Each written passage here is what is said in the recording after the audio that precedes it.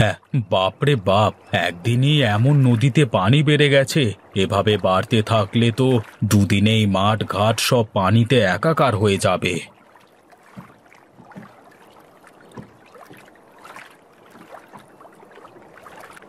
কি দাদা, একা একা নদীর ধারে দাঁড়িয়ে দাঁড়িয়ে কি দেখো? দেখবার মতো তো কিছুই নেই রে। নদীর পানি কিভাবে বাড়ছে তাই দেখছি। পানি বারবার কমবার সাথে তোমার কি সম্পর্ক বলো তো? কেন রে? নদীর পানি বেড়ে গেলে তো তোর মজা, কিন্তু আমাদের মতো যারা চাষবাস করে খায় তাদের কি দুর্ভোগ, সে কথা কি একবারও ভেবেছিস? বলি, নদীর পানি বাড়ে বলি তো তোমাদের চাষ করতে আরো সুবিধে হয় দাদা। তুই যা বুঝিস না তোকে তা বোঝানো যাবে না, বুঝলি? হ্যাঁ, সত্যি কথাই বলেছো দাদা। যে যা বুঝতে চায় না তাকে তা বোঝানো উচিত না। তা তুমি কোথাও যাবে না? এখানেই দাঁড়িয়ে থাকবে নাকি? একটু ওপারে যাব, তাই তো দাঁড়িয়ে আছি। যদি দয়া করে ওপারে একটু দিয়ে আসতিস। হ্যাঁ, দয়া তো দাদা দেখাতে পারবো না। যদি তুমি পয়সা করি দাও তাহলে তোমাকে ওপারে রেখে আসবো, আবার নিয়ে আসবো। তা না হলে কিন্তু দাদা, এই রাকেশ মাঝি তোমাকে পার করবে না। ঠিক আছে ঠিক আছে, তাই হবে। চল চল, একটু ওপারে দিয়ে আসবি, চল দেখি।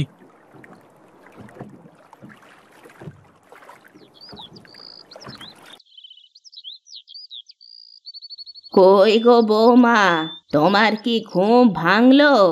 বেলা কত হলো? এ কি মা, আপনি কেন উঠোন ঝাড়ু দিচ্ছেন? আমি উঠেই তো ঝাড়ু দিতাম। বসে বসেই তো খাই, তাই ভাবলাম একটু দেখি তো উঠোনটা ঝাড়ু দিয়ে।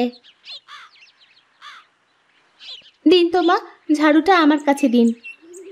না বৌমা, আর তো এইটুকুনি আছে, ও আমি আস্তে আস্তে ঝাড় দিয়ে দেব। তুমি যাও, গিয়ে রান্নাঘরে গিয়ে জল খাবারটা করো দেখি। ঠিক আছে মা, আপনি তাহলে এইটুকু ঝাড়ু দিয়ে রান্নাঘরে আসেন, আমি গিয়ে রান্না চড়াই, কেমন?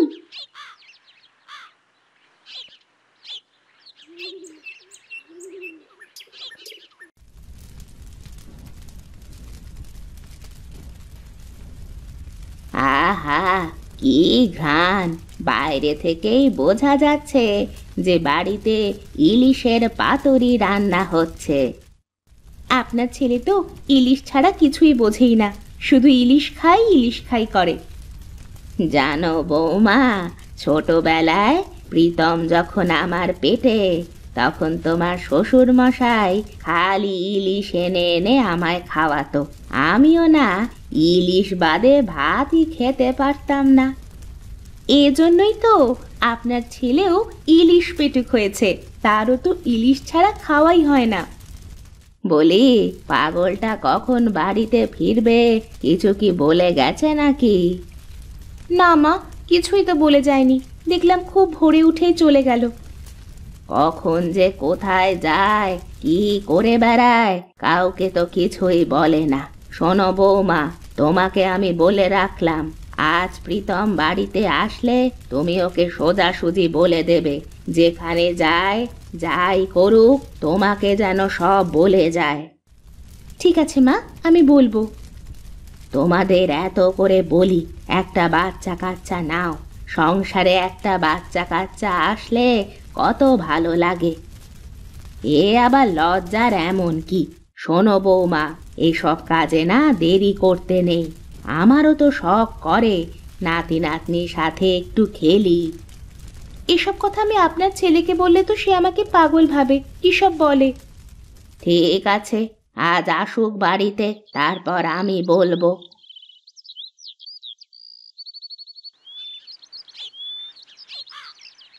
এ কি, সুজয় হরিহর কাকার সাথে এমন করে কথা বলছে কেন? একবার দেখতে হয় তো গিয়ে।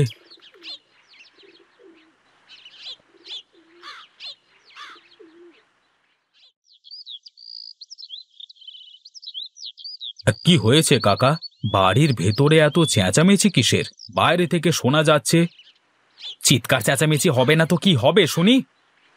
আহা, কি হয়েছে বল দেখি সুজয়।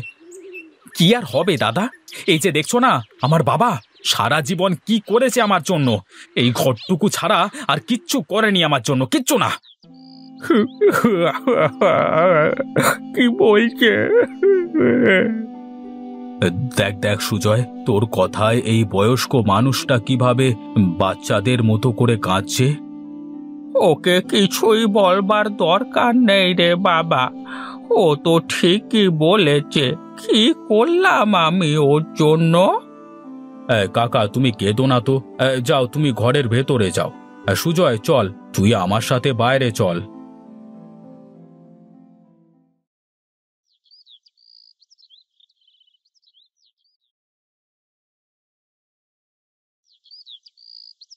আরে বয়স্ক মানুষদের সাথে কেউ এভাবে জোরে জোরে কথা বলে পাগল ছেলে? কি করব দাদা বলো, আমার জন্য সে কি করে দিয়ে গেল। করি তো জেলের কাজ, একটা ভালো নৌকা নেই যে বড় নদীতে গিয়ে মাছ ধরব। সবই তো বুঝি রে পাগল। শোন, বাবা মা তোকে যে এই পৃথিবীর আলো দেখিয়েছে এটাই তো অনেক কিছু, আর তুই আমি তাদের জন্য এইটুকু কষ্ট করতে পারবো না? দাদা, আমার যে আর সহ্য হয় না। আমার চারপাশে সবাই বিয়ে করে সংসার করছে, কিন্তু দেখো আমার কিছুই করবার নেই। মন খারাপ করিস নে। শোন শোন, আমি তোকে বলি, কালকে তুই আমার সাথে দেখা করবি কেমন? আমি তোকে একটা বড় নৌকো কেনবার ব্যবস্থা করে দেব।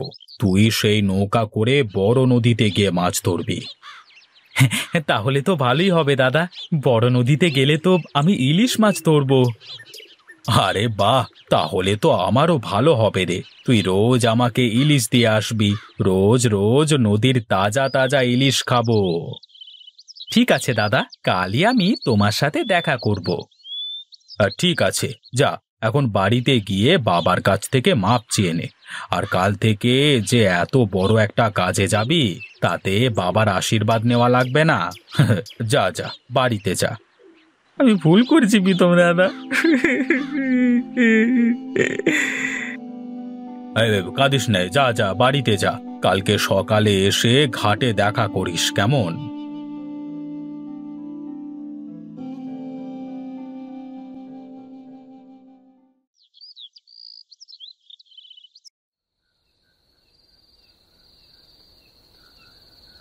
কি গো, আজ এত চুপচাপ কেন? তুমি তো কোনো সময় এমন চুপচাপ করে বসে থাকো না। কি করব? তুমি তো সারাদিন কাজে কামে বাইরে থাকো, আমার তো ঘরে একা একা থাকতে হয়। কেন, বাড়িতে তো মা আছে। তুমি মায়ের সাথে কথা বলবে, গল্প করবে, প্রয়োজনে তুমি তার ঘরে গিয়ে তার সাথে থাকবে।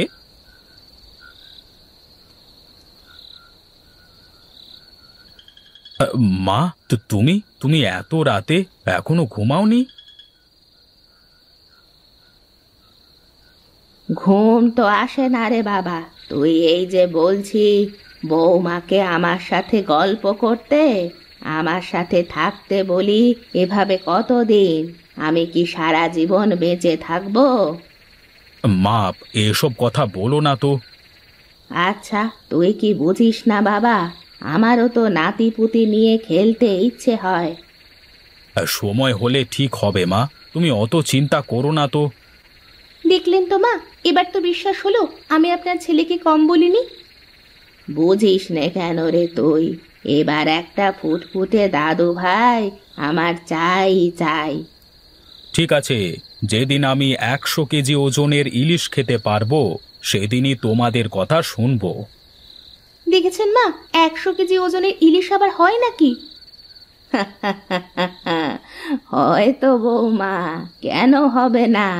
আমার বাবার বাড়িতে তো আমি 200 কেজির ইলিশও খেয়েছি, তারপরেই না প্রীতম হয়েছে। অনেক রাত হলো, আমি ঘরে যাই, ঘুম পাচ্ছে। মা, কিন্তু এত বড় ইলিশ পাবো কি করে আমরা? ও চিন্তা তোমার করা লাগবে না, আমি দেখব। তোমরা এখন খাওয়া দাওয়া শেষ করে ঘুমাও।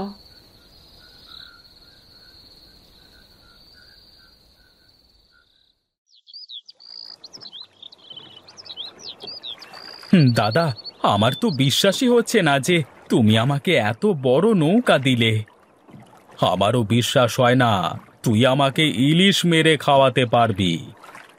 সে সময় হলেই দেখা যাবে দাদা। আমি বলি কি, তুমি আমার সাথে চলো, তাহলে দেখতে পাবে।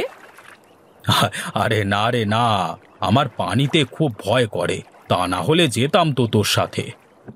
তাহলে এখন আমি যাই দাদা, ও বেলায় ইলিশ নিয়ে তারপর দেখা হচ্ছে। ঠিক আছে, সাবধানে যা, আর সাবধানে ফিরে আসিস কিন্তু।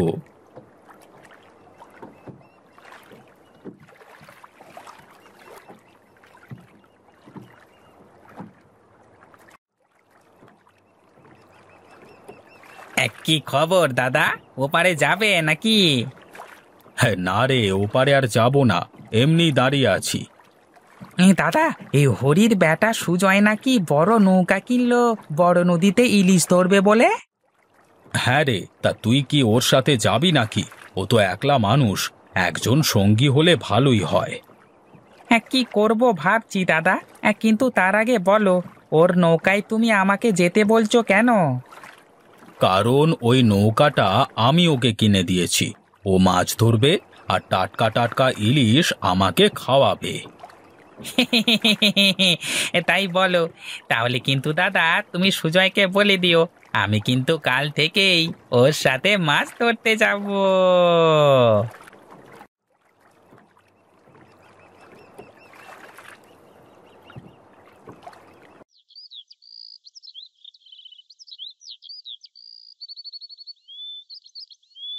প্রীতম দা, আরে ও প্রীতম দা, প্রীতম দা।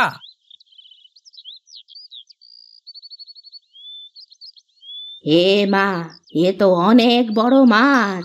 কোথায় পেলে তোমরা এত বড় মাছ? হ্যাঁ দাদা, আমরা আজ নদীতে গিয়েই এই মাছটা জালে আটকিয়েছি, অনেক কষ্টে ধরেছি মাছটাকে। আমার তো বিশ্বাসই হচ্ছে না রে, এত বড় ইলিশ কিভাবে হয়? দাদা, আমরাও তো প্রথমে ভেবেছিলাম কোনো প্রাণী হবে হয়তো, পরে দেখি একটা ইলিশ। যাক, এবার তাহলে আমাদের সকলের মনের আশা পূরণ হবে, তাই না মা? হ্যাঁ হ্যাঁ, এটা তো 100 কেজির ইলিশই ধরা চলে। ওহ, তোমরা থামবে একটু। তারপর সুজয় বল, এবার এই মাছ দিয়ে কি হবে? দাদা, এই মাছটা তোমার, বৌদিমণি মাছটা রান্না করবে আর আমরা সবাই মিলে মজা করে তা খাবো। বেশ বেশ, এবার তাহলে তোরা মাছটা রেখে যা, মা আর তোদের বৌদি রান্না করুক, তারপর আমরা সবাই মিলে ও বেলায় একসাথে বসে খাবো। ঠিক আছে দাদা, তাহলে আমরা বাড়ি থেকে আসছি।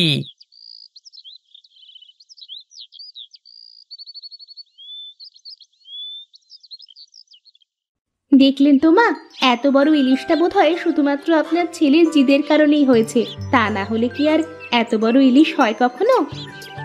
যাই বলো না কেন মা, আমার এবার নাতি নাতনির মুখ দেখা আর কেউ ঠেকাতে পারবে না।